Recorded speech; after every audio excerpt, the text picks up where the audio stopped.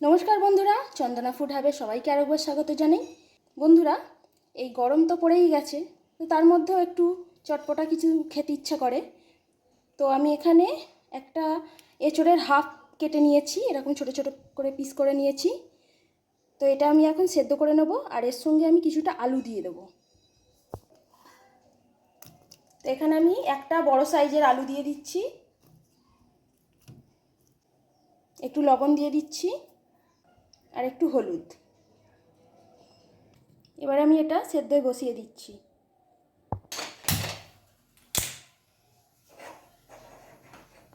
তো এঁচোড় আর আলু সেদ্ধ করতে দিয়ে দিয়েছি। এটা একটা দারুণ রেসিপি বানাবো, তো আপনারা দেখতে থাকুন।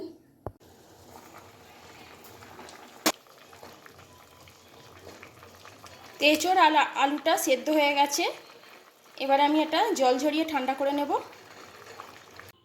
তো বন্ধুরা, এঁচোড় আর আলু তো সেদ্ধ করে নিয়েছি, এখন ঠান্ডা হয়ে গেছে। আমি এবার হাতে করে এগুলো একটু মেখে নিচ্ছি।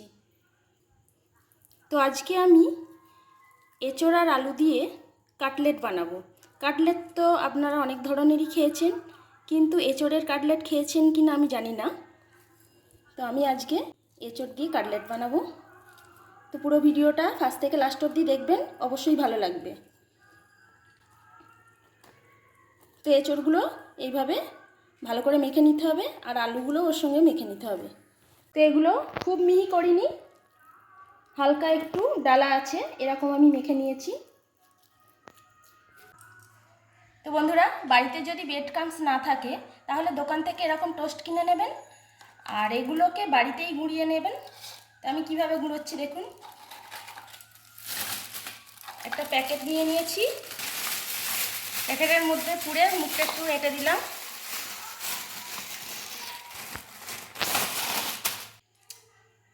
বেলনা নিয়ে নিয়েছি, এই দিয়ে এইভাবে ভেঙে নেব। এগুলো আপনারা মিক্সিতেও করতে পারেন, তবে মিক্সিতে করলে পুরো গুঁড়িয়ে যায়, তাই এইভাবে করাই ভালো। তো এগুলো পুরো গুঁড়িয়ে গেছে।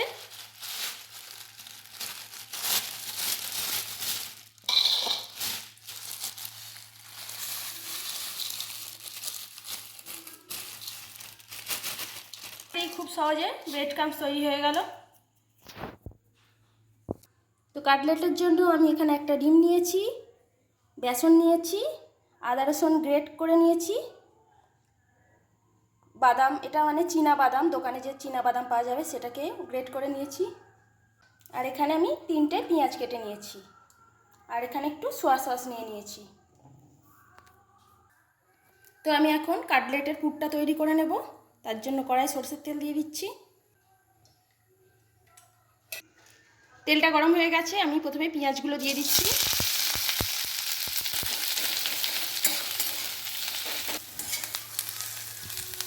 পেঁয়াজটা ব্রাউন কালার হয়ে এসেছে।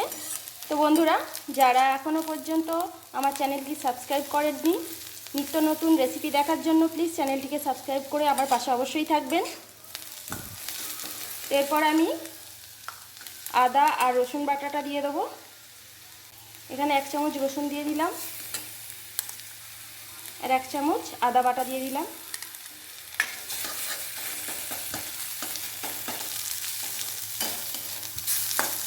আদা রসুনটা খুব ভালো করে ভেজে নেব, যতক্ষণ না কাঁচা গন্ধটা যায়। আদা রসুনটা ভালো করে ভাজা হয়ে গেছে, এবারে আমি হলুদ গুঁড়ো আর লঙ্কা গুঁড়ো দিয়ে দিচ্ছি। ঝালটা অবশ্যই আপনারা আপনাদের পরিমাণ মতন দেবেন, যে যেরকম খাবেন। এবারে বাদাম কুচিগুলো দিয়ে দিচ্ছি।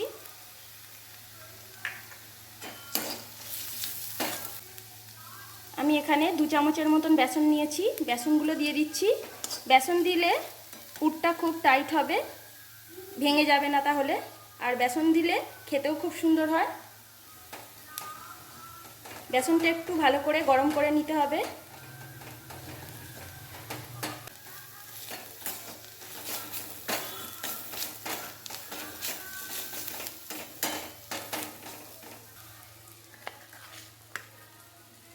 এবারে এঁচোড় আর আলু সেদ্ধটা দিয়ে দিচ্ছি।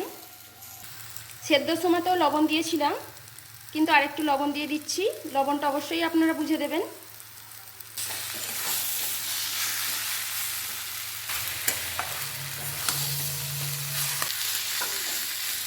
এইভাবে ভালো করে কষিয়ে নিতে হবে এটা। পুরটা একদম রেডি হয়ে গেছে। এবারে আমি একটা সুন্দর ফ্লেভারের জন্য 1 চামচ সয়া সস দিয়ে দিচ্ছি।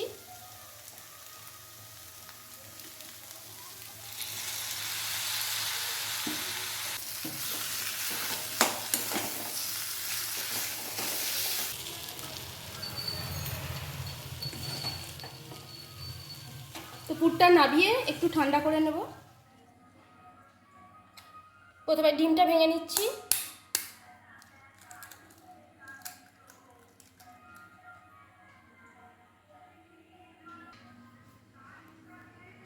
ডিমটার মধ্যে লবণ দিয়ে দিচ্ছি।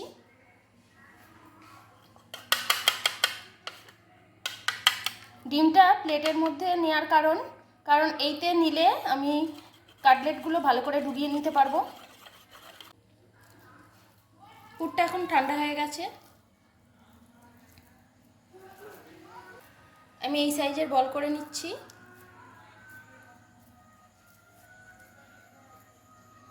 এবার এগুলো হাতে করে শেপ দেব। আমি এগুলো চৌকো চৌকো তৈরি করব।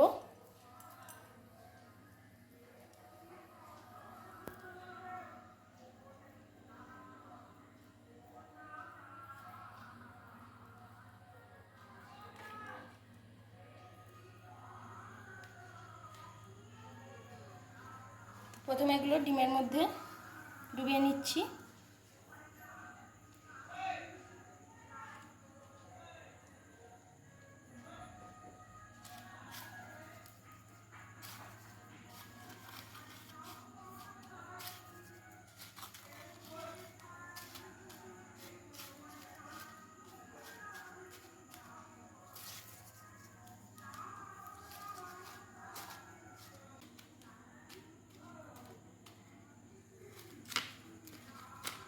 প্রথমে 1 কোট করে নিলাম, আবার ডিমের মধ্যে দিয়ে দিলাম।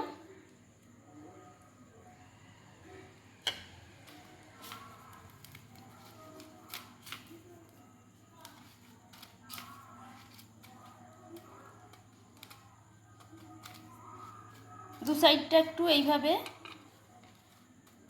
ঠুকে ঠুকে দিয়ে এটা একটা শেপ করে নেব চৌকো।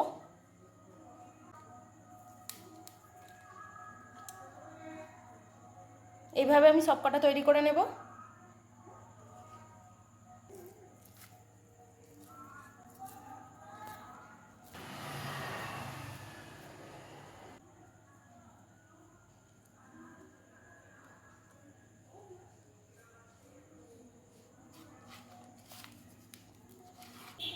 তো বন্ধুরা, আপনারা তো অনেকেই অনেক ধরনেরই কাটলেট খেয়েছেন, চিকেনের, ডিমের, নানা রকম কাটলেট খেয়েছেন।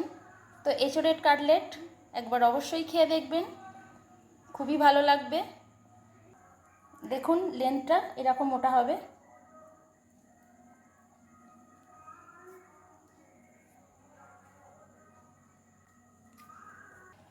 তো বন্ধুরা, এইভাবে আমি সবকটা তৈরি করে নিলাম।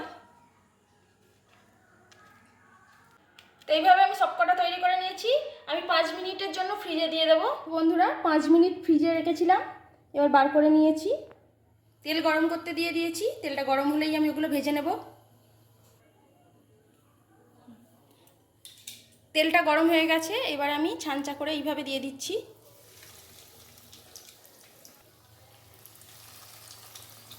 তেলটা কিন্তু খুব বেশি গরম করে দিলে হবে না, তাহলে কিন্তু এপিঠটা চুঙে যাবে।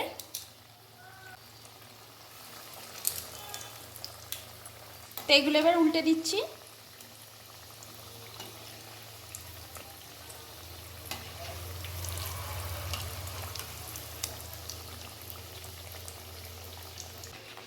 তো এগুলো একদম কড়কড়ে লাল লাল করে ভেজে নিতে হবে।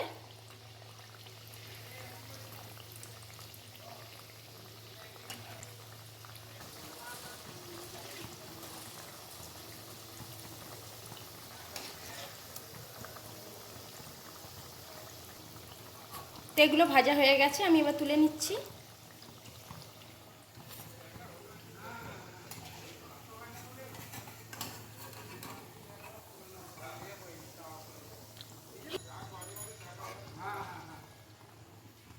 তো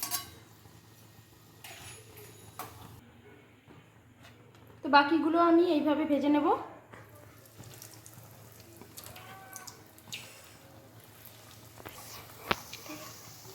তো সব কাটলেটগুলো আমি এইভাবে ভেজে নিলাম।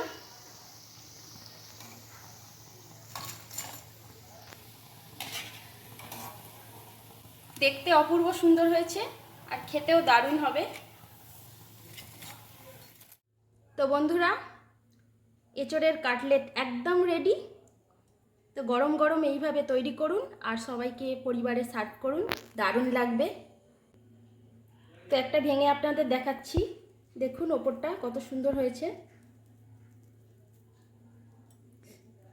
প্রচণ্ড গরম, পুরে ঠাসা একদম। তো বন্ধুরা, আজকের রেসিপিটা কেমন লাগলো অবশ্যই আমাকে কমেন্ট করে জানাবেন। আর আমার রেসিপিটা যদি ভালো লাগে তাহলে প্লিজ চ্যানেলটিকে লাইক, শেয়ার এবং সাবস্ক্রাইব করে আমার পাশে অবশ্যই থাকবেন। সবাই সুস্থ থাকুন, ভালো থাকুন। ধন্যবাদ বন্ধুরা।